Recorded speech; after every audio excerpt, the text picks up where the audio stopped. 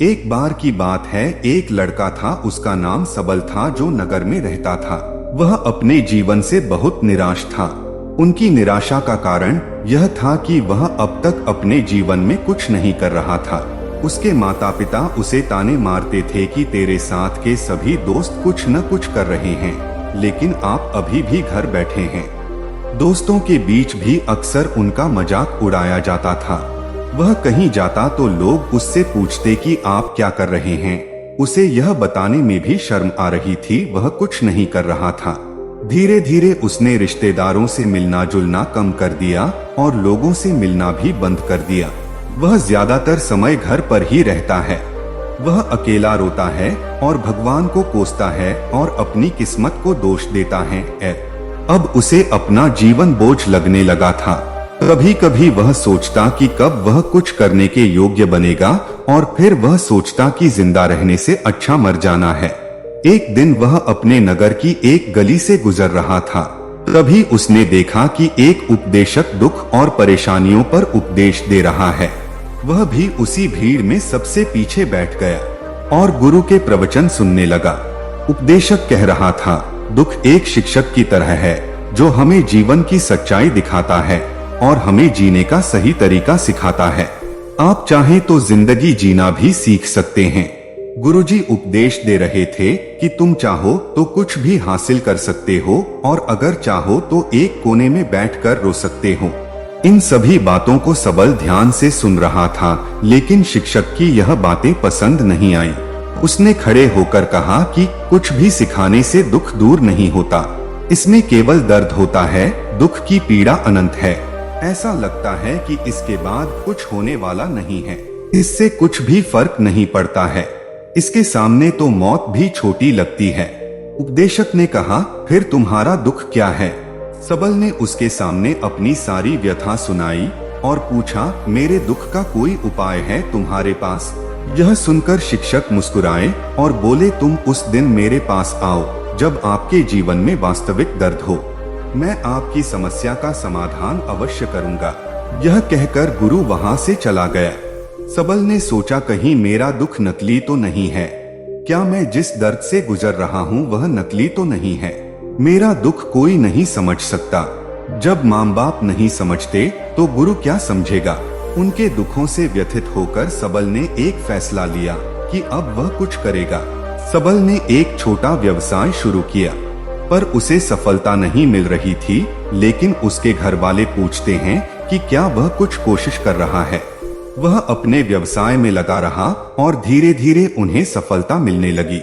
फिर उसने गति पकड़ी और केवल 3 साल के अंदर ही वह एक बड़ा बिजनेसमैन बन गया। अब सबल के आसपास ऐसे कई लोग थे जो उसकी परवाह करते थे, जो उससे प्यार करते थे।